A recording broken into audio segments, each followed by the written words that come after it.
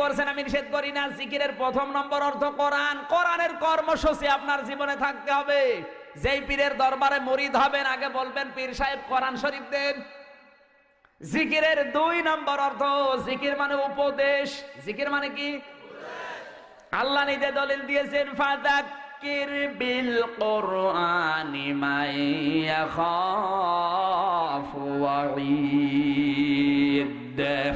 So admonish and or by the Holy Quran him who frays my threat.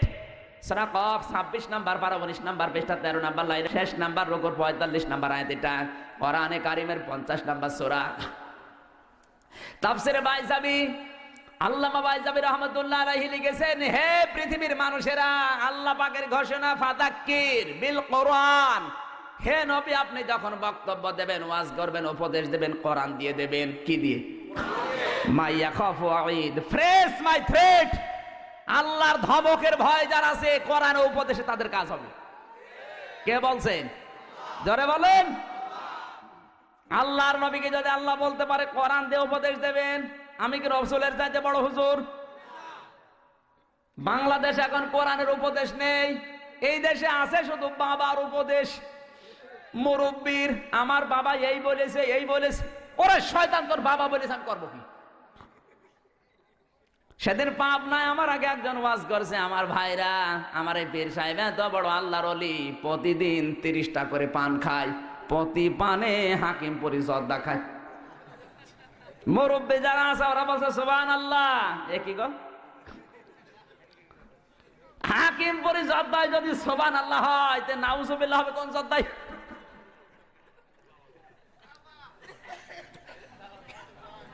মানুষের একটা common সেন্সও নেই। আরে ভাই, ওয়াজ যদি শুনতে চান কোরআন দিয়ে শুনবেন। আমি বরিশালে লেখাপড়া করেছি, ওই এলাকা আমার পীর আরো বেশি, ঘরে ঘরে পীর, মহিলারাও পীর। মহিলাদেরকে পীর মা বলে ডাকে। এক হুজুর ওয়াজ করছে, আল্লাহর এক ওলির মুরিদ গাছের সাথে হাত দিয়ে জিকির করছে, এত বিভোর, গাছের বাকল চলে গেছে উপর দিয়ে, ও টের পাচ্ছেন। মুরব্বী মানুষ যারা, ওরা কান্নাকাটি করছে আর চিন্তা করছে, আল্লাহ এ কি বড় আল্লাহর ওলি। আপনার কমন সেন্স নেই। আর গাছের বাকল হাতের উপর দিয়ে চলে যাচ্ছে, ও টের পাচ্ছে না। তো কোন নবীর উম্মত ছিল? ওর কি নামাজ রোজা ছিল না? ওর কি পোশাক পায়খানা ছিল না? কোন ভণ্ড কি বলে? কমন সেন্সের সাথে বাস্তবতার সাথে মিল নেই। আন্দাজে আপনি সুবহানাল্লাহ পড়েন। ইসলাম তো এর নাম না। আপনাকে আল্লাহ বিবেক দিয়েছে। ইন্না শাররাদ দাওয়াবি ইনদাল্লাহিস সুম্মুল বুকুমুল লাযিনা লা ইয়াকিলুন। সূরা আনফাল 9 নাম্বার পারা 18 নাম্বার পৃষ্ঠা 9 নাম্বার লাইনে 3 নাম্বার উপর 22 নাম্বার আয়াত। এটা আল্লাহ পাক বলেন, পৃথিবীর সবচাইতে নিকৃষ্ট মানুষ ওইটা যে তার বিবেক কাজে লাগায় না। কথা বলুন, আপনার বিবেক গেছে কোন জায়গায়? কে কোন কথা বলবে আর আপনি আন্দাজে বিশ্বাস করে নেবেন? এদেশে তো শুধু হয় কিচ্ছা কাহিনী আর আজে বাজে কথা। কোরআনের মাহফিল, তাফসির মাহফিল লেখা, একটা আয়াতের কোনো তাফসির নেই। এক কাহিনী শুরু করে, এক কাহিনীতে 2.5 ঘন্টা শেষ। আর মানুষও পাগল, সুর দেখলেই মনে হয় যে বড় হুজুর। ওরে শয়তানের তো ভেতরে বোম মারলে বাও বের হয় না। কুমিল্লায় আলেম ওলামা বেশি, আমি জানি। আপনাদেরকেও তার তো আহ্বান জানাচ্ছি, এই কুমিল্লা জেলায় যারা আসবে, সে পীর হোক আর ক্ষীর হোক আর আলেম হোক আর বক্তা হোক, যত বড় হুজুর হোক, আপনারা কন্ট্যাক্ট করে নিয়ে আসেন। অনেককে 50,000, 70,000, যাদেরকে নিয়ে আসে আমি নিষেধ করছি না। যারা আসবে আগে বলবেন কোরআন হাতে নেন। কোরআন হাতে নিয়ে এক একটা শব্দের 5টা 6টা করে অর্থ বের করেন, এরপরে তাফসির করে করে বোঝান।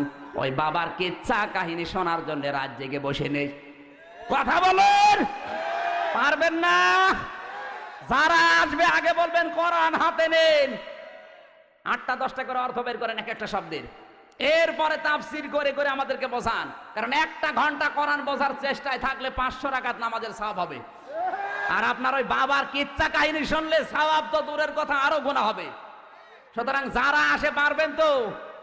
পারবেন? কারা কারা পারবেন প্রোটেস্ট করতে দেখি? লিল্লাহে তাকবীর, লিল্লাহে তাকবীর।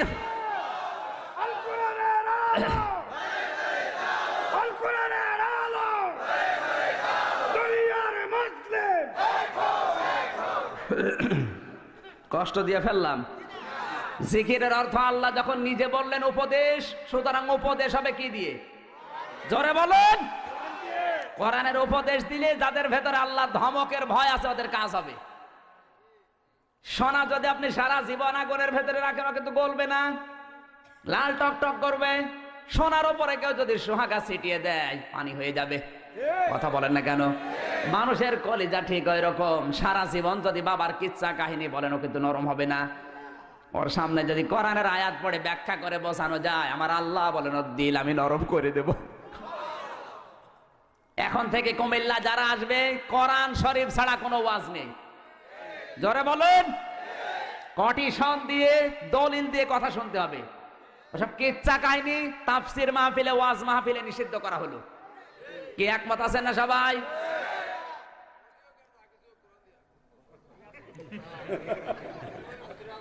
আপনাদের এলাকার ভাষা আবার আমি অল্প বুঝি। 10টা কথা বললে আমি 2টা বুঝি, 8টা বলি হা হা। কি করব? জিকিরের 3 নাম্বার অর্থ, জিকির মানে নামাজ। জিকির মানে কি? আল্লাহ রাব্বুল আলামিন বলেন, ইয়া আইয়ুহাল্লাযীনা আমানু ইযা নুদিয়া লিস-সালাতি মিন ইয়াউমিল জুমুআতি ফাসআউ ইলা যিকিরিল্লাহি ওয়া দারুল বাই' যালিকুম খায়রুল লাকুম ইন কুনতুম তা'লামুন। সূরা জুমা 28 নাম্বার পারা 13 নাম্বার পৃষ্ঠা 3 নাম্বার লাইনের শেষ নাম্বার রুকুর 9 নাম্বার আয়াত। এটা আল্লাহ পাক বলেন, ও হে যারা ঈমানের দাবি করো, আযান যখন হবে জুমার দিনে সব কাজ কাম বন্ধ করে দাও, বেচা কিনা সব বন্ধ করে জিকিরের দিকে দৌড়াও। এখানে জিকির মানে নামাজ। কথা বলেন না কেন? তাফসীর যারা পড়তে পারেন দেখেন জিকিরের অর্থ ওখানে নামাজ লেখা আছে। আমার আল্লাহ নিজে ফতোয়া দিচ্ছেন জিকির মানে নামাজ। আর তুমি এত বড় পীর, তোমার দরবারে গেলে নামাজই লাগে না? বলে খাজা বাবার মুরিদ আমি, বড়ই গুনাহগার, খাজা যদি দয়া করে তবে হব পার। জোরে বলেন নাউজুবিল্লাহ। নামাজ যারা পড়বে না কিয়ামতের দিন সর্বপ্রথম তারাই ধরা পড়বে। কারণ আউয়ালু মা ইউহাসাবু বিহিল আবদু ইয়াউমাল কিয়ামাতিস সালাহ, রাহুল বুখারী। আল্লাহর নবী বলেন কিয়ামতের সর্বপ্রথম আল্লাহ বান্দা নামাজ পড়েছিলি কিনা বল। নামাজই পড়ে না ও পীরের মুরিদ, ওকে যদি আল্লাহ মাফ করে তাহলে নবীজির হাদিস মিথ্যা হয়ে যাবে। জোরে বলুন। সুতরাং নামাজ জিকিরের 3 নাম্বার অর্থ। নামাজের দরকার আছে না নেই? এমন পীরের দরবারে যাবেন যে দরবারে নামাজ আছে, নামাজের শিক্ষা আছে। কথা বললেন না কেন? বাংলাদেশে এমনও পীর আছে যেখানে নামাজই নেই। কি বেশি বললাম? অনেক দরবারে নামাজ আছে, নামাজের ট্রেনিং আছে, কিন্তু নামাজের শিক্ষা নেই। তিরমিজি শরীফের হাদিস, আল্লাহর নবী বলেন নামাজ পড়লেই কবুল হবে তা না, নামাজ পড়লে কমপক্ষে 4টি শিক্ষা নামাজে পাওয়া যাবে। কয়টা? আরো জোরে বলেন। 4টি শিক্ষা যাদের নামাজে পাওয়া যায় ওই মানুষগুলোর নামাজ আমার আল্লাহর দরবারে কবুল হয়ে যায়। 1 নম্বরে নামাজ যেই ব্যক্তি পড়বে নামাজে খুশু পাওয়া যাবে, ধীর স্থিরতা, মন থাকবে নামাজে। নামাজে দাঁড়িয়ে কয়টা ফ্যান আছে গুইনে নেয়, নামাজ হয়? বাস্তব জীবনের কথা বলছি। কুষ্টিয়া জেলার হালসা বাস স্ট্যান্ড মসজিদে একবার নামাজ আদায় করেছিলাম। মাগরিবের নামাজ 2য় রাকাতে বিদ্যুৎ চলে গেল। আমার পাশে এক মুরব্বী নামাজের ভেতরে বলে ফেললো, আজ যা কারেন্ট চলে গেল। চিন্তা করছে আল্লাহ কি বলে। নামাজ শেষ করে বললাম, মুরব্বী দাঁড়ান, নামাজে আর কাম হাকাম তারও ফরজ, আজ যা কোন ফরজ? বলছে বাবা যে কারেন্ট চলে গেল। আর আমার মুখ দিয়ে এমনি বের হয়ে গেল, আজ যা কি করব? নামাজে আজ যা বের হচ্ছে টের পাচ্ছেন, আমার নামাজ হয়? আপনারা হাসতেছেন আর আমি দুঃখ করি যে এ কি অবস্থা। আল্লাহর নবীর এই হাদিস আমার মনে পড়ে। আন আলী রাদিয়াল্লাহু তাআলা আনহু قال قال النبي صلى الله عليه وسلم يوشك أن يأتي على الناس زمان لا يبقى من الإسلام إلا اسمه ولا يبقى من القرآن إلا رسمه مساجدهم عامرة وهي خراب من الهدى علماؤهم شر من تحت يدهم السماء من عندهم تخرج الفتنة وفيهم تعود رواه البيهقي বাইহাকী শরীফের 305 নম্বর পৃষ্ঠার হাদিস। আল্লাহর নবী বলেন এমন সময় আসবে সেই সময় শুধু ইসলাম থাকবে নামে, কোনো নিয়ম নীতি থাকবে না। ইসলাম এখন বাংলাদেশে আসলে ইসলামের একটা নিয়মও নেই। কথা বলুন। ওই সময় কোরআন থাকবে কিন্তু কোরআনের কোনো নিয়ম নীতি আইন কানুন রসম চলবে না। বাংলাদেশে ৯৬% মুসলমান, কোরআনে কারিমের একটা আয়াত বাংলাদেশে এখন প্রতিষ্ঠিত নেই। আমার মনে হয় নবীজি ১৫০০ বছর আগে জানিয়েছে, আর বাংলাদেশে এখন ১০০% কার্যকর। ৩ নম্বরে ওই দেশে বড় বড় বিল্ডিং তৈরি হবে, মসজিদ গুলো টাইলস দিয়ে মোজাইক দিয়ে রং বেরং তৈরি করবে, কিন্তু মানুষ ওই দেশে মসজিদের ভেতরে হেদায়েত থাকবে না। বাংলাদেশে একটা মসজিদ দেখান যেখানে কোরআনের কথা সঠিকভাবে বলা যায়। কথা বলছে না কেন? একটা মসজিদ এখন আর নেই যেখানে কোরআনের হক কথা বলে টিকে থাকা যায়। আমি গত বছরে প্রায় 5টা মসজিদ পাল্টিয়েছি। 1 সপ্তাহ 2 সপ্তাহ হয়, বলে হুজুর আপনার দরকার নেই। কেন? সভাপতি সুদ খায়, আপনি সুদের বিরুদ্ধে কথা বললেন কেন? ওরে শয়তান, সুদের বিরুদ্ধে কথা বলে কে? জোরে বলেন। আল্লাহকে কিছু বলতে পারে না, যত দোষ আমির হামজার। আমারে নরম পেয়েছো। যে সমস্ত মসজিদে কোরআনের হক কথাগুলো বলতে দেয় না, ওই মসজিদে নামাজ হবে না। কথা বলছে না কেন? কারণ মসজিদের সভাপতি, সেক্রেটারি, মোতাওয়াল্লি সদস্য এমন মানুষ হয়ে বসে আছে কমিউনিস্ট, আল্লাহকে বিশ্বাস করে না। নাই কুমিল্লায় নেই এমন মানুষ সভাপতি, ও আল্লাহকেই বিশ্বাস করে না। রাজনৈতিক ক্ষমতা আছে, টাকা পয়সা আছে, জন্য সভাপতি না দিলে আবার রাগ করে। কি বলে? ও মামলা। আপনারা যে কেসও ঢোকাইবেন, আমার কেসও হবে হয়তো। যশোরে মাহফিলে একবার পেয়েছিলাম চাষরা মোড়ে, এক সভাপতি মাইক নিয়ে বলছে, ভাইরা আমার বোনেরা আমার, আপনারা আমাকে এলাকার মেম্বার বানিয়েছেন, এই জন্য আমি গর্ভবতী। দ্বিতীয় নম্বরে বলছে, ভাইরা আমার বোনেরা আমার, আপনারা আমাকে মাহফিলের সভাপতি বানিয়েছেন, এই জন্য আর একবার গর্ভবতী। আমি বললাম, ভাই ঠিক আছে, আর কিছু বলার দরকার নেই, মাইক দেন। বাংলাদেশের মেয়েরা বিবাহ হওয়ার পরে 1 বছরে 1 বার গর্ভবতী হয়, আর আপনি 1 মিনিটে 2 বার।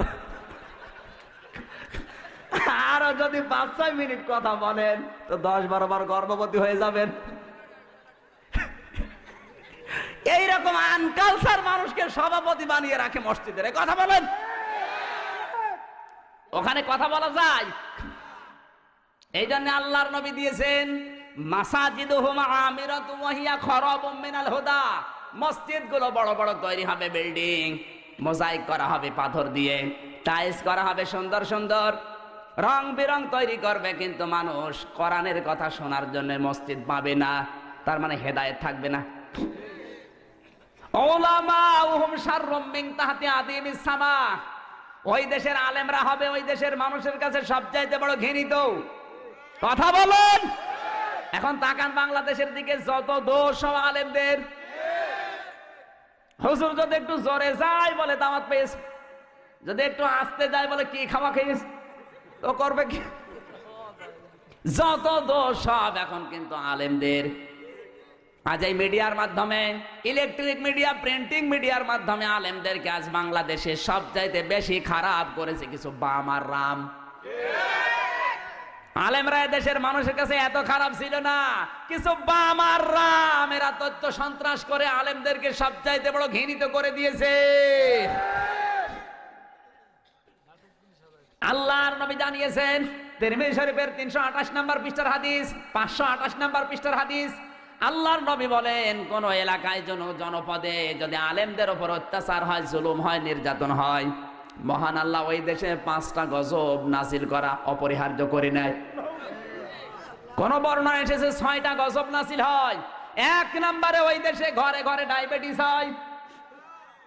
2 নম্বরে ওই দেশে হার্ট অ্যাটাকের রোগীর সংখ্যা বেড়ে যায়। 3 নম্বর ওই দেশের যুবক যারা আছে তারা যৌন শক্তি হারিয়ে ফেলে। বাংলাদেশের যুবকদের যৌন শক্তি হারিয়ে যাচ্ছে, তার 1 নাম্বার প্রমাণ হারবালের পোস্টার। কথা বলছেন কেন? এমন কোন জায়গা নেই পোস্টার নেই। ইন্ডিয়া হারবাল, কলকাতা হারবাল, জোরে বলেন সুবহানাল্লাহ। যুবকদের যৌন শক্তি হারিয়ে যাচ্ছে, তার বাস্তব প্রমাণ এই পোস্টার গুলো। না মানে এইদিকে আসেন, আপনাকে দেখি।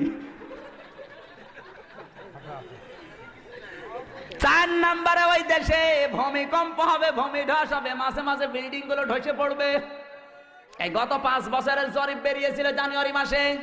গত 5 বছরে 384টি বিল্ডিং ফাটল ধরেছে, 74টি বিল্ডিং হেলে পড়েছে। আর রানা প্লাজা নাই, আমরা নাড়াতাড়া দিয়ে ফেলে দিলাম। এটা নাই আমরাই ফেলে দিলাম, তো বাকিগুলো পড়ছে কোন কায়দায়? কায়দা আছে না নেই? নবীর হাদিসের বহির্প্রকাশ। 5 নম্বরে ওই দেশে ভূমিগুলো ফেটে যাবে, জমিন ফাটা আরম্ভ করবে। নওগাঁ জেলায় যান, মান্দা থানার 3 কিলোমিটার মাঠ ফেটে গেছে। ঢাকা আশুলিয়ার 2 কিলোমিটার ফাটা আরম্ভ হয়েছে। এগুলো রহমত না গজব? কিছু মানুষ মনে করছে না রহমত, কারণ যত আকাম করেছি জায়গা যদি না পাবে ফাটার ভেতর ঢুকবো। 6 নম্বরে গজব নাজিল হবে ওই দেশে, আকাশের বৃষ্টি আল্লাহ বন্ধ করে দেবে। বলে আরাইতুম ইন আসবাহা মাউকুম গাওরান ফামাইয়াতিকুম বিমাইম মাইন। সূরা মুলক 29 নম্বর পারা 3 নম্বর পৃষ্ঠা 9 নম্বর লাইনে শেষ নম্বর রুকুর 30 নম্বর আয়াত। এটা আল্লাহ পাক বলেন, হে পৃথিবীর মানুষেরা, আমি যদি পানির লেয়ার কমিয়ে দেই, মাটির নিচ থেকে পানি যদি নামিয়ে দেই, কে আছে তোদের পানি দেবে? কথা বলেন না কেন? এই 6টা গজব আল্লাহর নবী বলেছেন নাজিল হবে। আমার মনে হয় বাংলাদেশে 6টা গজব অলরেডি নাজিল হয়েই গেছে। আলেমরা এখন সবচাইতে বড় ঘৃণার পাত্র তোমাদের কাছে। তাখরুজুল ফিতনাতু ওয়া ফীহিম তাউদ। আল্লাহর নবী বলেন ওই সময় দেখবে ফিতনা ফাসাদ এমন ভাবে ছড়িয়ে পড়বে, তাসবির দানা ছেড়ে দিলে একটা একটা করে যেভাবে সুতা কেটে দিলে দানা পড়ে, ঠিক ওইভাবে একটা একটা করে ফিতনা দুনিয়ায় ছড়াবে। আমার মনে হয় বাংলাদেশে এখন হাদিসটা 100% কার্যকর। সুতরাং জিকিরের অর্থ আল্লাহ যখন নিজে দিয়েছেন নামাজ, জিকির যারা করতে চাই নামাজের দরকার তাদের আছে না নাই? নামাজের ভেতরে 1 নম্বরে খুশু লাগবে, নাই তো নামাজ আল্লাহর কাছে যাবে না। 2 নম্বরে নামাজে ইমাম লাগবে একজন। কয়জন? ইমাম যদি 2-3 জন হয় হবে। 3 নম্বরে ইমাম নির্বাচন করতে হবে সৎ চরিত্র দেখে।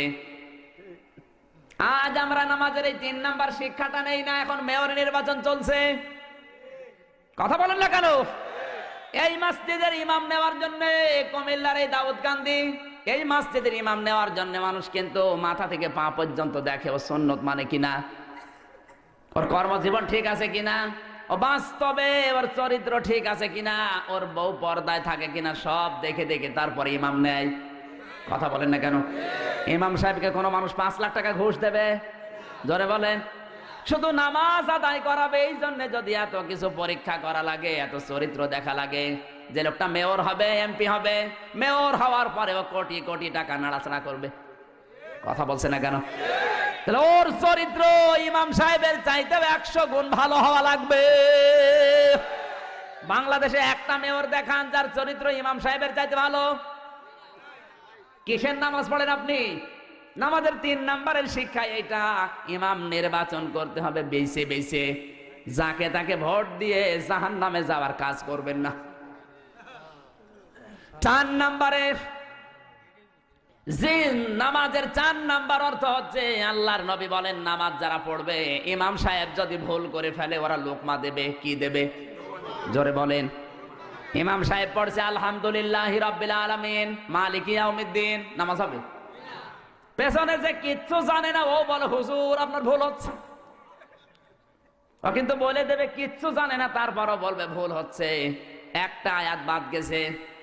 এত বড় ইমামের যদি ভুল ধরা লাগে, তাহলে এই সমাজে এই রাষ্ট্রে যারা ইমামতি করছে, আজ দায়িত্ব পালন করছে, প্রধানমন্ত্রী শেখ হাসিনা থেকে শুরু করে আপনাদের এই কুমিল্লার দাউদকান্দির যে চেয়ারম্যান আছে, এই 1628 জন মানুষ এখন দায়িত্বে আছে।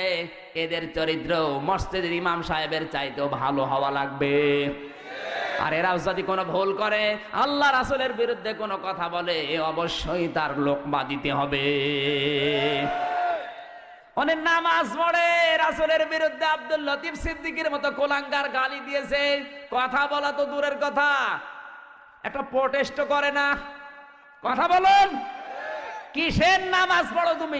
এই জন্য কোরআন জানিয়েছে ফাওয়াইলুল লিল মুসাল্লিন আল্লাযীনা হুম আন সালাতিহিম সাহুন। আল্লাহ রাব্বুল আলামিন বলেন, ধ্বংস আক্ষেপ ওই নামাজীগুলোর জন্য যারা নামাজ পড়ে কিন্তু নামাজ সম্পর্কে উদাসীন। এই সাহুনের ব্যাখ্যায় 4টি অর্থ লেখা আছে। নামাজ পড়ে কিন্তু খুশু নেই, নামাজ পড়ে কিন্তু নামাজের ইমাম ঠিক নেই, নামাজ পড়ে কিন্তু নামাজের ইমাম নির্বাচন ঠিক নেই, নামাজ পড়ে কিন্তু নামাজের ভেতরে ইমাম ভুল করলে লোকমা দেয় না। কথা বলেন না কেন? আমার ভাইরা, জানে নামাজ জিকিরের অর্থ আল্লাহ যখন দিয়েছেন, অনেক দরবারে যাবেন শুধু নামাজ পাবেন কিন্তু নামাজের শিক্ষা পাবেন না, এরকম দরবার আছে না নেই? নামাজের শিক্ষা যদি আজ প্রত্যেকটি পীরের দরবার থেকে মুরিদদেরকে শিক্ষা দেওয়া হতো যে ইমাম নির্বাচন করতে হবে সৎ চরিত্র দেখে, বাংলাদেশে কোনো শয়তান এমপি হতে পারতো না। সুতরাং নামাজ যারা পড়বে, যারা আদায় করবে না নামাজের, ওদের জিকিরে কাজ হবে। হযরত মুসা আলাইহিস সালামের জামানায় এক যুবতী মেয়ে এসে বলে, আল্লাহর নবী মুসা, আমি জিনা করেছি, আমার পেটে একটা অবৈধ সন্তান ছিল, ওরা ভূমিষ্ঠ হওয়ার পরে আছাড় দিয়ে মেরে ফেলেছি, আমার মতো গুনাহগার কেউ আছে? হযরতে মুসা বললেন, না, তোমার মতো গুনাহগার আর কেউ নেই, আল্লাহ তোমাকে মাফ করবে না। সঙ্গে সঙ্গে ফেরেশতা জিবরাইল এসে বলে, হে নবী, এই মহিলার চাইতে নিকৃষ্ট মানুষ দুনিয়ায় আছে। হযরতে মুসা আশ্চর্য হয়ে গেলেন, ডাক দিয়ে বললেন, ইয়া আখি জিবরাইল উনজুর, হে ভাই জিবরাইল, আমার দিকে তাকান, কি বলেন আপনি? এই মহিলার চাইতে নিকৃষ্ট মানুষ আবার কে? হযরতে জিবরাইল বলে, আল্লাহ এই কথাটা জানার জন্য আমাকে পাঠিয়েছেন। এই মহিলার চাইতে নিকৃষ্ট মানুষ আল্লাহর কাছে তারা যারা সুস্থ থাকার পরও নামাজ পড়ে না।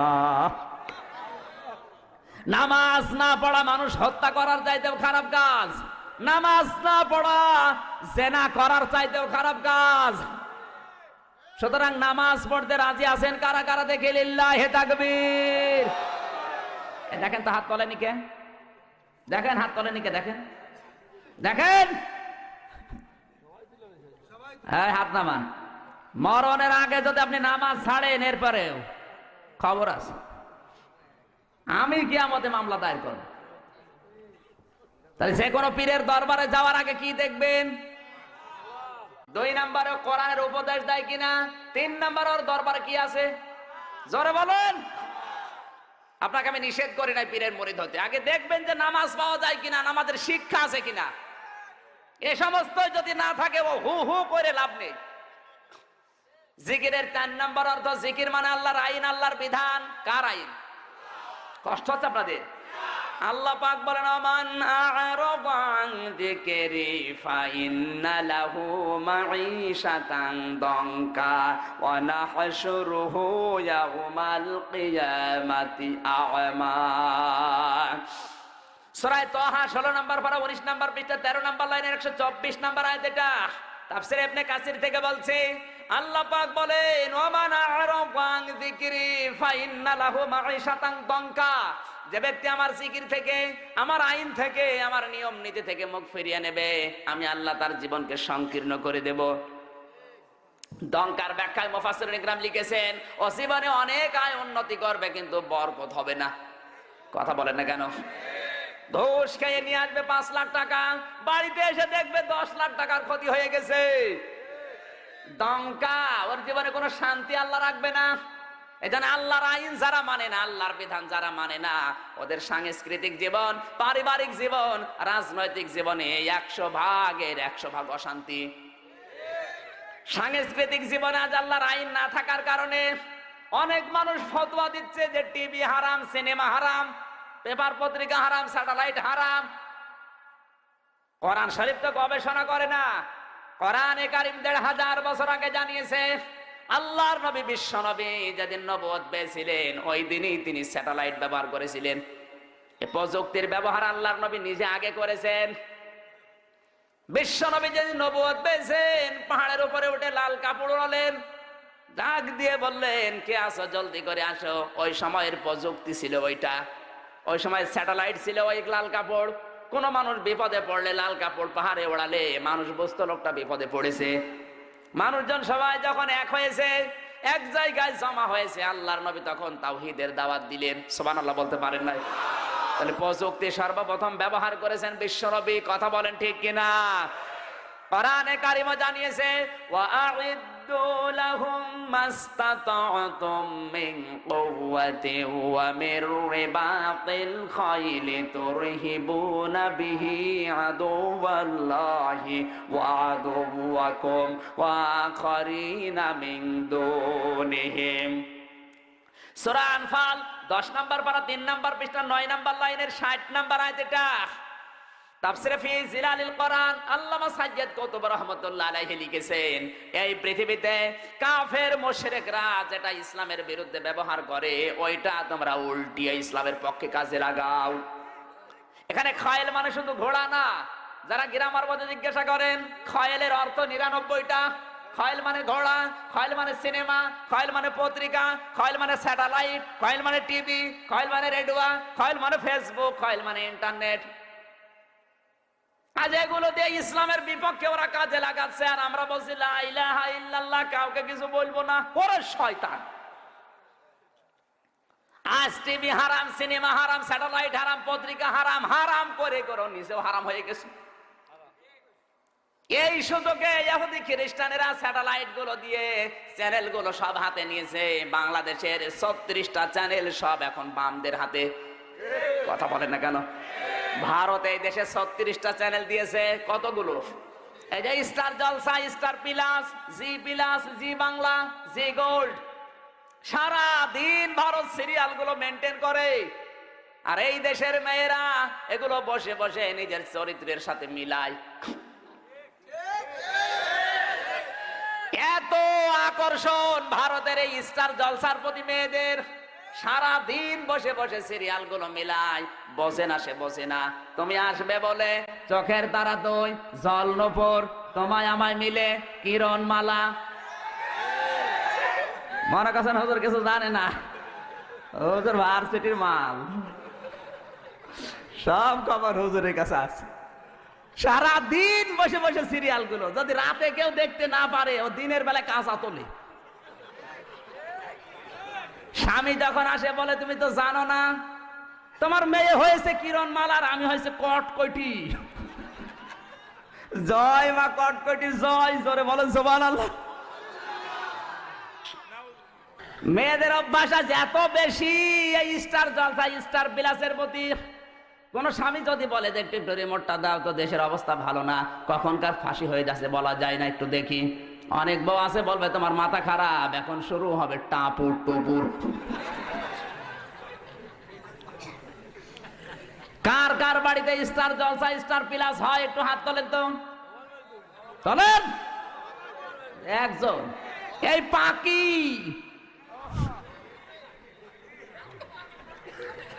এই পাকির জন্য কত যুবতী জীবন দিয়েছে বাংলাদেশে। পাকি যে জামা বের করেছে, ওর কোনো ওড়না লাগে না। ওড়না যদি কোনো মেয়ে যদি না পরে, ও যদি শুধু জামা গায়ে দিয়ে পাখির মতো দাঁড়ায়, ও তো বিশাল পাহাড়। বুকে কোনো ওড়না নেই, বুকের উপরে লিখে দেয় এক বুক জ্বালা, আর পেট মনে হয় ফুটবল খেলার মাঠ। কথা বলেন। এমন ব্লাউজ গায়ে দিয়েছে কোনো হাতাই নেই, বজ্রমালার মতো।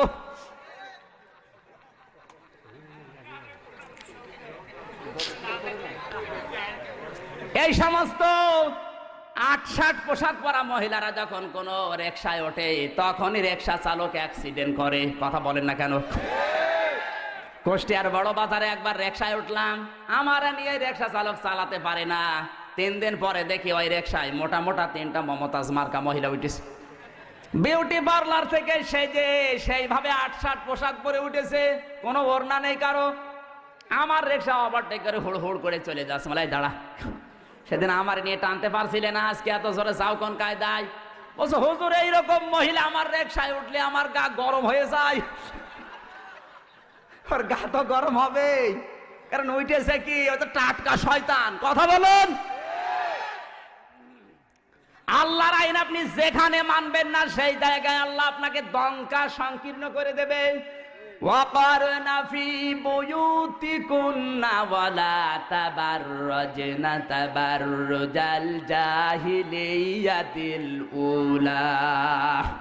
সূরা আহজাব 22 নাম্বার পারা, প্রথম নাম্বার পেজা 4 নাম্বার লাইনে 33 নাম্বার আয়াত। এটা তাফসিরে মাযহারি আল্লামা সানাউল্লাহ পানিপতি রাহমাতুল্লাহ আলাইহি এখানে তিনটি অর্থ দিয়েছেন তাবাররুজের। হে মেয়েরা, ঘরের পরিবেশে থাকবে, বাইরে যাবে না। বাইরে যদি যেতে হয় জাহিলি যুগের মেয়েদের মতো রূপ সৌন্দর্য প্রদর্শন করে বের হবে না। এ ঘোষণাকার কর না, এটা আমরের সিগা। This is my order, so follow. যারা গ্রামার মধ্যে জিজ্ঞাসা করেন, আল্লাহ আমর মানে আদেশ করছেন মেয়েদেরকে, রাস্তাঘাটে বের হলে যদি তাবাররুজ করে বের হও, জাহান্নামে তোমাদের স্থান আল্লাহ দেবে। তাবাররুজের অর্থ তিনটা। কয়টা? জোরে বলেন। তাবাররুজের 1 নাম্বার অর্থ, মেয়েরা যখন রাস্তাঘাটে আসে ওদের সাজগোজ বেড়ে যায়। কথা বলুন। আজ অনেক মেয়েকে দেখবেন ঘরের পরিবেশে থাকে, ময়লা পোশাক পরে, দুর্গন্ধযুক্ত শরীর নিয়ে, আর যদি শোনে বাইরে যাবে মার্কেটে বিবাহ খেতে, ওর সাজ দেখে কে? এক চোখের ভেতর দিয়ে 8টা 9টা জিনিস, আশকারা, মাস্কারা, আইলানা, মার্জিয়া, রূপের। এক চোখের ভেতরে যদি 9টা থাকে, তো বাকি জায়গায় কয়টা আছে? সম্মানিতা মা বোনের, আপনি সাজবেন, নিষেধ নেই। টাকা পয়সা খরচ করি আমরা, সোনো পাউডার ব্লাউজ কিনে দিয়ে মরি আমরা, আর এগুলো দেখে মজা মারে ভ্যান চালক আর দোকানদাররা। ঠিক হুজুর মানে কি? মানে কাছে কিছু জানে না। টাকা পয়সা খরচ করি আমরা, আর এগুলো দেখে মজা মারছে ভ্যান চালক আর দোকানদাররা। আমরা কিনে দিই, আমাদেরকে দেখাও।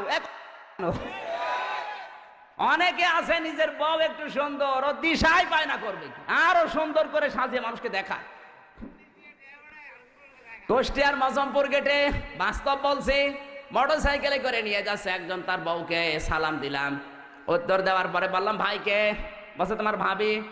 তো ভাবি একই পরিয়েছে নাকি শাড়ি না মশারি? মানে একবার তাকানোর পর তাকানো যাচ্ছে না।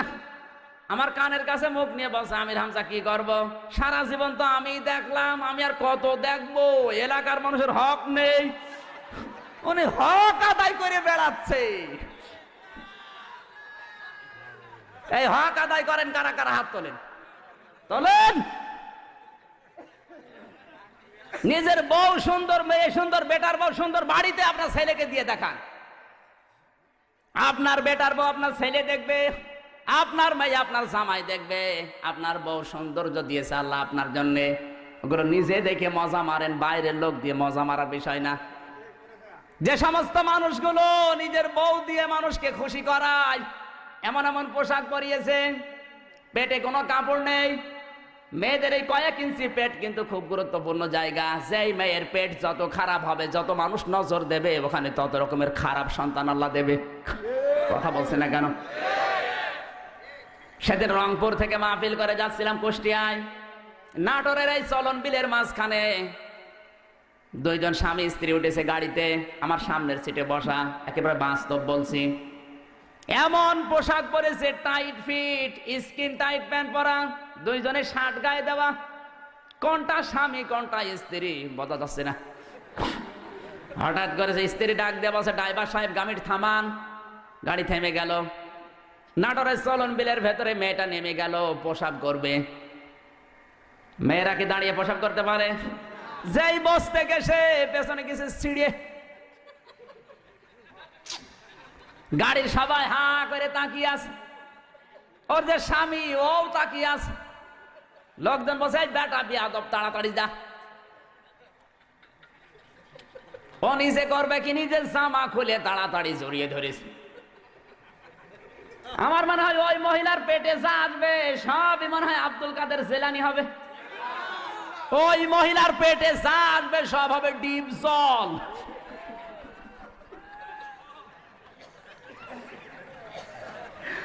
হয় ডিপ জল বের হবে, নাই মাইকেল জ্যাকসন, নাই মমতাজ বেগম, ওর পেটে আল্লাহ আল্লাহর ওলি দেবে। কার সারা দেশের মানুষের ইজ্জত দেখা শেষ। কথা বলেন না কেন?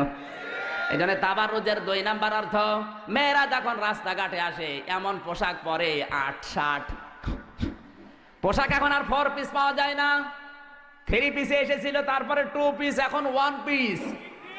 বিশ্ববিদ্যালয়ে যান, মেয়েরা মুসলমানের মেয়ে 1 পিস পরে বাস থেকে নামে। 22 বছর 25 বছরের যুবতী মেয়ে, বুকে কোনো ওড়না নেই, স্কিন টাইট প্যান্ট পরে গেঞ্জি গায়ে দিয়ে যদি নামে, তো কেমন লাগে বলেন তো? হ্যাঁ,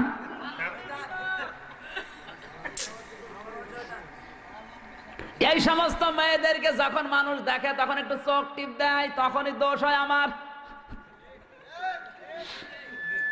একবার এক মাহফিলের জন্য যশোরে নামলাম, দেখি ইফটিজিং এর বিরুদ্ধে ডাইরেক্ট অ্যাকশন মিছিল আসতেছে। মেয়েরা, যশোর MM কলেজের মেয়েরা। চিন্তা করলাম, আল্লাহ পুলিশ যদি ধরে, না জানে আবার কোন সালের অপরাধী বলে চালিয়ে দেয়। যদিও আমার জন্ম 92 সালে, ধরতে পারলেই বলবে 71-এর অপরাধী, নাই 61-র, নাই 52-র। এই কথা বলেন না কেন? পুলিশের ভয়ে ঢুকলাম এক চার দোকানে, ঢুকে দেখি সামনে আমার পুলিশ। আরে ভাই, আপনার যন্ত্রণা আসলাম আমি, আর আপনি আমার সামনে। বলছে, হুজুর একটা কথা বলি, বলেন।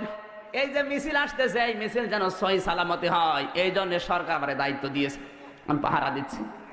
কিন্তু যে জিনিস আসতেছে, যশোর MM কলেজের মেয়েরা, বুকে কোনো ওড়না নেই, টাইট ফিট প্যান্ট পরা, হাতে এক হাতে ব্যানার আর এক হাত দিয়ে মিছিল করছে ইফটিজিং এর বিরুদ্ধে ডাইরেক্ট অ্যাকশন।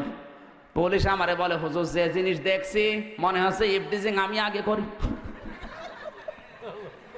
ঠিকই বলিস, কথা বলেন। পোশাকগুলো মার্জিত করেন, রাস্তায় বের হলে মানুষ খালা আম্মা বলবে, আর পোশাক যদি 8-60 হয় মানুষ বলবে আপা, কিছুক্ষণ পরে খ্যাপা। তাবাররুজের 3 নাম্বার অর্থ, মেয়েরা যখন রাস্তাঘাটে আসে ওরা মাজা হেলে দুইলে চলে না। কুমিল্লায় নেই? জোরে বলেন। ওদের মাজা দোলানোর কারণে রাস্তায় হাঁটা যায় না। আজ যে 8-60 যে বোরকাগুলো বের হচ্ছে, ফুল ফুলওয়ালা এমব্রয়ডারি করা, যে সমস্ত বোরকাগুলো বের হচ্ছে, এই বোরকা পরা জায়েজ নেই, কারণ এই বোরকা পরলে আকর্ষণ আরো বাড়ে। কথা বলেন না কেন? বোরকা হবে ঢিলা ঢালা কালো, শরীরের জায়গাগুলো যেন দেখা না যায় এমন টাইট ফিট বোরকা বানিয়েছে, মাজা কয় ইঞ্চি সব চোখের আন্দাজে মেপে নেওয়া যায়। আর তোমার ওই সমস্ত জিনিস দেখে শয়তান তো তোমার জাল হিসাবে ব্যবহার করে। যুবক মানুষ যারা, ওর তো একটু চোখ টিপ দেবে। কথা বলেন না কেন? সুতরাং জিকিরের অর্থ যদি আল্লাহর আইন হয়, আল্লাহর আইন মেনে নেওয়ার দরকার আছে না নেই? এই মিডিয়া খারাপ না, এটা ইসলামের পক্ষে কাজে লাগান। আজ যদি আমি এখানে একটা ইন্টারনেটে ছেড়ে দিতে পারি, সারা বিশ্বে চলে যাবে। শুধু আপনারা কুমিল্লার মানুষ না, সারা বাংলাদেশের মানুষ কোরআনের তাফসীর শুনতে পারবে। কথা বলেন ঠিক কিনা?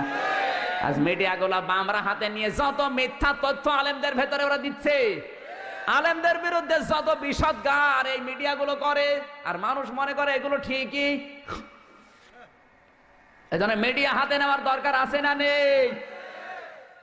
জিকিরের অর্থ, আল্লাহ যখন বললেন আল্লাহর আইন, আল্লাহর বিধান, বাস্তবতায় আল্লাহর বিধান কায়েম যদি কেউ করে, তার জীবনের জিকির আমার আল্লাহর দরবারে কবুল হবে। জোরে বলেন সুবহানাল্লাহ। জিকির যে আল্লাহর আইনের ভেতরে হাজার হাজার কথা আছে, আমি খুব সংক্ষেপ করছি। জিকিরের 5ম নম্বর অর্থ, জিকির মানে স্মরণ করা। জিকির মানে কি? আল্লাহ পাক বলেন, ফাযকুরুনি আযকুরকুম, আমি আল্লাহকে স্মরণ করো, আমি আল্লাহও তোমাদের স্মরণ করব। এখানে জিকির মানে স্মরণ। জিকির মানে কি? এখন স্মরণ করবেন কোথায়? আল্লাহ আরেকটা আয়াত নাযিল করে দলিল দিচ্ছেন, আল্লাযীনা ইয়াযকুরুনাল্লাহা কিয়ামান ওয়া কুউদান ওয়া আলা জুনুবিহিম ওয়া ইয়াতাফাক্কারুনা ফি খালকিস সামাওয়াতি ওয়াল আরদ। সূরা আলে ইমরান 4 নাম্বার পারা 14 নাম্বার পৃষ্ঠা 9 নাম্বার লাইনের 191 নাম্বার আয়াতের মাঝের অংশ এটা। আল্লাহ পাক বলেন যারা দাঁড়িয়ে বসে শুয়ে আমি আল্লাহকে স্মরণ করে এইটাই জিকির। এইটা কি জিকিরের যে 5টা অর্থ বললাম কোরআন দিয়ে, আমাদের দেশে যে জিকির চলে একটাও মিলে। জোরে বলে কিসের জিকির করো তুমি? এই 5টি অর্থের সাথে যার দরবারের জিকিরের মিল নেই, যার পীরের দরবারের জিকিরের মিল নেই, ওটা জিকির না, ওটা ফিকির। এতক্ষণ বললাম কোরআন দিয়ে, কি দিয়ে? এবার আসেন হাদিসে। হাদিসের পরিভাষায় জিকিরের অর্থ আছে 99টা। কয়টা? এবার একটা একটা করে ব্যাখ্যা করে আমরা বলি নাকি? এখনো কিন্তু জাল কাবার জিকির চলছে, এরপরে আজকুরকুম আছে, এরপরে অশকুরুলি, এরপরে ওয়ালা তাকফুরুন। 99টা অর্থ বললে তো রাত শেষ হয়ে যাবে, ওই জায়গায় আলোচনা করব। আজকে একটা পয়েন্ট বলে শেষ করবো ইনশাল্লাহ। জিকিরের যতগুলো অর্থ আমি হাদিসের ভেতরে পেয়েছি, 86টার হাদিসগুলো যারা পড়তে পারে, মুসলিম শরীফের ভেতরে জিকিরের অর্থ আমি পেয়েছি। জিকির মানে যে স্মরণ, 5 নম্বর অর্থ বললাম। কত নবী আমার আল্লাহকে যখনই স্মরণ করেছেন তখনই পেয়েছেন। কথা বলেন ঠিক কিনা? জিকির আছে ব্যক্তিগত জীবনে, সামাজিক জীবনে, পারিবারিক জীবনে, রাজনৈতিক জীবনে, আন্তর্জাতিক জীবনে, সাংস্কৃতিক জীবনে। সারা জীবন শুধু জিকির আর জিকির। সামাজিক জীবনের জিকিরটা আমি আজকে বোঝাবো। সামাজিক জীবনের জিকির কি? শুধু নিজে খেয়ে পরে বাঁচবেন, আশপাশের মানুষের খবর রাখবেন না, এর নাম জিকির না। হযরত আব্দুল্লাহ বিন মুবারক রহমতুল্লাহ আলাইহির জীবনীতে দেখলাম এত বড় আলেম তিনি ছিলেন, তার নাম জানেন এমন কোন আলেম পৃথিবীতে নেই। যারা আলেম বসে আছে জিজ্ঞাসা করেন তো, আব্দুল্লাহ বিন মুবারক কত বড় আলেম? তিনি কোন ওলামা সমাবেশে হাজির হলে অন্যান্য আলেমরা বলতো আজকের এই ময়দানে আব্দুল্লাহ বিন মুবারক আকাশের চাঁদের মতো। এত বড় একজন আলেম, তিনি হজে যাওয়ার জন্য টাকা গোছালেন, বেডিং খাতা পর্যন্ত বাঁধলেন, হজে বের হবেন। হঠাৎ তাকিয়ে দেখে তার ছেলেটা কাঁদতেছে। ডাক দিয়ে বলে, বাবা তুমি কাঁদো কেন? ছেলে বলে, আব্বা জান আমি কাঁদি এই জন্যে, ওই পাড়ায় গিয়েছিলাম, দেখলাম ওরা মাংস রান্না করেছে, আমি চাইলাম আমারে দিল না, ঘাড়ে ধাক্কা দিয়ে তাড়িয়ে দিল। বাবা আমার মনে দুঃখ লেগেছে, এই জন্য কাঁদতেছি। হযরতে আব্দুল্লাহ বিন মুবারক রহমতুল্লাহ আলাইহি সন্তানের কান্না থামানোর জন্য নিয়ে গেলেন ওই বাড়িতে। বাড়ির বাইরে দাঁড়িয়ে সালাম দিলেন, আসসালামু আলাইকুম ইয়া আহলাল বাইত। কোরআনের নির্দেশ, ইয়া আইয়ুহাল্লাযীনা আমানু লা তাদখুলু বুয়ুতান গায়রা বুয়ুতিকুম হাত্তা তাস্তানিসু ওয়া তুসাল্লিমু আলা আহলিহা। সূরা নূর 18 নাম্বার পারা 12 নাম্বার পৃষ্ঠার 1ম নাম্বার লাইনে 4 নাম্বার রুকুর 27 নাম্বার আয়াত এটা। আল্লাহ পাক বলেন, ঈমানদারেরা নিজের ঘর হোক আর অন্যের ঘর হোক, আগে সালাম দিবা, 2 নম্বরে অনুমতি নিবা, তারপরে প্রবেশ করবা। এই নির্দেশ কার? বাংলাদেশের সামাজিক জীবন এটা আছে। যার তার বাড়িতে যেভাবে ঢুকে পড়ছে, আগে অনুমতি নেবেন, সালাম দেবেন, তারপরে প্রবেশ। আল্লাহর এই আদেশ মানা ফরজ না নফল? জোরে বলেন। আব্দুল্লাহ বিন মুবারক কোরআনের আয়াত আমল করার জন্য সালাম দিলেন। বাড়ির মালিক বেরিয়ে এসেছে, তাকিয়ে দেখে আব্দুল্লাহ বিন মুবারক দাঁড়ানো। বলে, হুজুর এত বড় আলেম আমার বাড়ির সামনে, আসেন ভেতরে, কি খেদমত করবো আপনার? হযরতে মুবারক বলে, বন্ধু বাড়ির ভেতরে যাওয়ার মতো পরিবেশ আমার হাতে নেই, আমি ব্যস্ত মানুষ, হজে যাচ্ছিলাম, আমার এই ছেলেটা কাঁদছিল, ওর কান্না থামানোর জন্য আমি এসেছি। আপনাদের বাড়িতে কি গোশত রান্না হয়েছে? বলে হ্যাঁ। আমার এই ছেলেটা এসেছিল? বলে হ্যাঁ। চেয়েছিল, দাও নাই কেন? কথা বলে না। চোখের পানি ফেলে দিয়ে বলে, হুজুর দুঃখের কথা বলবো কি, আমার বাড়িতে আজ 3 দিন পর্যন্ত চুলায় কোনো আগুনই জ্বলে না। আমি ময়দানে গিয়েছিলাম কাজের সন্ধানে, কিন্তু কাজ পাইনি। প্রতিমধ্যে আসার সময় দেখি একটা মরা গরু পড়ে আছে, আশপাশে মানুষ দেখতে না পেয়ে চামড়া ছিলে কিছু গোশত নিয়ে এসেছি। পরিবারস্থ লোকদের জীবন বাঁচানোর তাগিদে এই মাংসর গোশতগুলো রান্না করে খাচ্ছিলাম। এমন সময় আপনার এই ছেলেটা এসে হাজির। হুজুর আপনি তো ধনী মানুষ, সাহেবে মাল, যাকাত ফিতরায় আপনারা খান না, আপনার এই ছেলেটা তো আমি চিনি, যাকাত ফিতরার মালই আপনারা নেন না, এই মরা গরুর মাংস খাবেন? মরা গরুর মাংস যদি আপনার ছেলেকে না দিয়ে ভুল করে থাকি, মেহেরবানি করে আমারে মাফ করে দেন। হযরত মুবারক কেঁদে ফেললেন। এক দৌড়ে বাড়িতে গেলেন, হজে যাওয়ার জন্য যে টাকাগুলো গুছিয়েছেন সব নিয়ে আসলেন। ডাক দিয়ে বলে, ভাই আপনি আমার এলাকায় বসবাস করেন, এত কষ্টে আছেন, আমি খোঁজ নিতে পারি নাই, আমি ফরজ হজ করেছি, নফল হজে যাচ্ছিলাম, আমার দরকার নেই, আপনি টাকাগুলো নেন, খাবার কিনে পরিবারস্থ লোকদেরকে খাওয়ান, বাকি টাকা নিয়ে ব্যবসা বাণিজ্য করে প্রতিষ্ঠিত হন, জীবনে এই টাকা আমারে আর ফেরত দেওয়া লাগবে না, আল্লাহর রাস্তায় আপনাকে আমি দান করে দিলাম। ৪৫ দিন পর হযরতে মোবারকের বন্ধু এসে বলে, মোবারক তুমি হজ থেকে কবে আসলে? হযরতে মোবারক বলে, বন্ধু আমি যেবার হজে যাইনি, হজের টাকাগুলো এক গরিব প্রতিবেশীকে দিয়ে দিয়েছি। বন্ধু বলে, কি বলো তুমি? আমি যখন আল্লাহর ঘর তাওয়াফ করি দেখলাম তুমি আমার সামনে, আমি যখন নবীজির রওজা জিয়ারত করি দেখলাম তুমি আমার সামনে দাঁড়িয়ে আছো, আমি যখন মিনা মুজদালিফায় দেখলাম তুমি আমার সামনে, সাফা মারওয়ায় যখন দৌড়াদৌড়ি করি দেখলাম তুমি আমার সামনে দৌড়াচ্ছ, সত্যি করে বলো তুমি হজ থেকে কবে আসলে? হযরতে মোবারক বলে, বন্ধু সত্য বলছি, আমার হজের টাকা এবার আমার এক গরিব প্রতিবেশীকে দান করে দিয়েছি। ওই রাতে তাকে স্বপ্ন দেখানো হচ্ছে, মোবারক তুমি হজে আসো নাই, তাতে কি হয়েছে? তোমার যে স্যাক্রিফাইস, তোমার যে দান, এই দানটা আল্লাহ এত বেশি কবুল করেছে, একজন ফেরেশতাকে তোমার আকৃতি ধারণ করিয়ে এবছরে হজের যতগুলো কাজ আল্লাহ নিজেই সম্পাদন করে দিয়েছে। এই বছরে আরাফাতের ময়দানে যত লক্ষ লক্ষ মানুষ হজে এসেছিল, তোমার এই দানের ওসিলায় সবার হজ আল্লাহ কবুল করে নিয়েছে। শুধু নিচে খেয়ে পরে বাঁচবেন, আশপাশের মানুষের খবর রাখবেন না, এর নাম জিকির না, এটা সামাজিক জীবনের জিকির। এ জিকির আছে আজ, মানে জিকির করে যাচ্ছে, সব ভান্ডামি বাদ দেন, এইটার নাম জিকির। এরকম 9টা জীবনে জিকির আছে, আজকে আর কথা বলা ঠিক হবে না।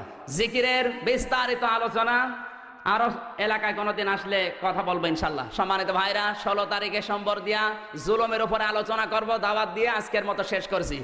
আমার আয়াতের ব্যাপারে যদি কোনো সমস্যা থাকে আমি আয়াত, পারা, পৃষ্ঠা, লাইন, রুকু, সূরার নাম, তাফসীরের নাম, হাদিসের নাম সব বলে দিস। কেউ যদি না পান আমার নাম্বার আছে আমার ড্রাইভারের কাছে, কল দেবেন, বলে দেবো। গেবত করবেন না। সকালবেলা যদি গেবত করেন যে কি বলে গেল কিছু বুঝলাম না, আপনার দাঁত মুখ কিন্তু কথা বলেন, দলিল দিয়ে বলেছি, যারা আলেম আছে ওনারা বুঝেছেন।